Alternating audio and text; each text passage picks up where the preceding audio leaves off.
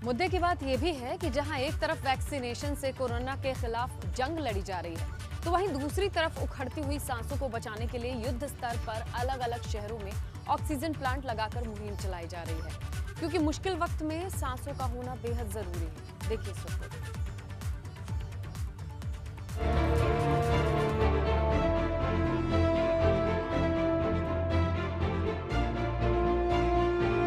जब शहर शमशान बने हुए हों, जीवन की डोर कमजोर हो रही हो, तो तैयारी करनी पड़ती है, क्योंकि देर से ही सही लेकिन यूपी में सांसों की सप्लाई को लेकर हर शहर में अब युद्ध स्तर वाली तैयारी शुरू हो गई। ये तस्वीर आगरा के ऑक्सीजन प्लांट की है, जिसे सेना ने दिन रात युद्ध स्तर की तैयारी के बाद शुरू करा दिया है, जिससे रोजाना करीब 1800 सिलेंडर भरे जा सकेंगे।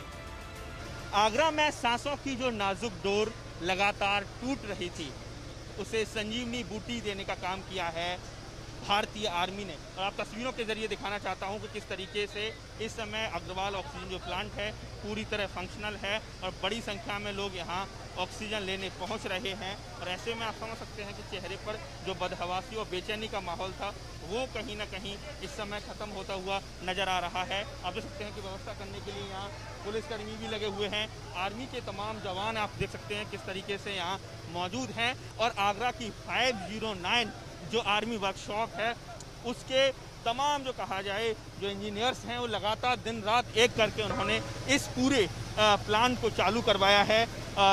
डीएम आगरा के रिक्वेस्ट पर जो वायुसेना के जो लोग थे वो अहमदाबाद पहुंचते हैं और वहां से पार्ट्स लेकर आते हैं और उसके बाद आर्मी के 509 जो आर्मी वर्कशॉप है उसकी ईएमई कोर है उसके जो तमाम आप देख सकते हैं कि तमाम जो ऑफिसर्स हैं तमाम जवान हैं उन्होंने दिन रात एक करके इस प्लांट को चालू करवाया है।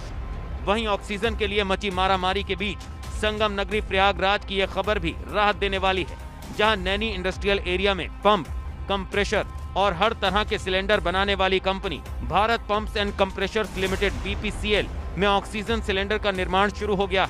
राज्य सरकार के आदेश पर कंपनी 3 हफ्तों में करीब 2500 सिलेंडर तैयार करेगी। इस मुश्किल वक्त में जितनी जरूरत सावधानी की है, उतनी ही जरूरत एक दूसरे की मदद की है।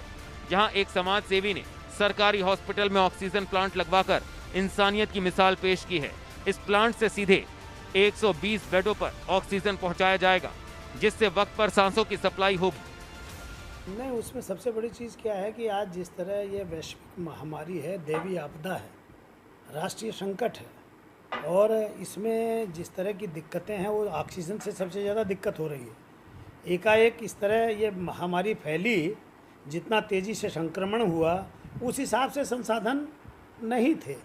तो आज हम लोगों का ये राष्ट्रीय कर्तव्य है, आज राष्ट्रीय संकट है, इस भावना से वशीभूत होकर हमने सोचा कि एक ऑक्सीजन प्लांट यहाँ जिला चिकित्सालय में लगा दिया जाए, तो थोड़ा एक राहत भी मिलेगी और एक उद्योग व्यापार जगत को संदेश भी जाएगा।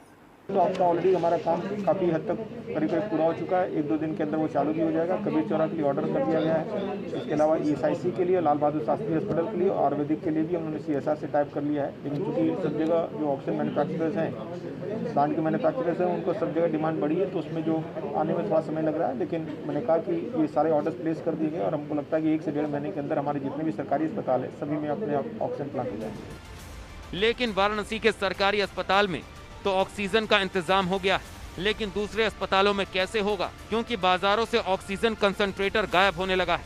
ऐसे में ऑक्सीजन होने के बाद भी सिलेंडर भर नहीं पा रहे हैं।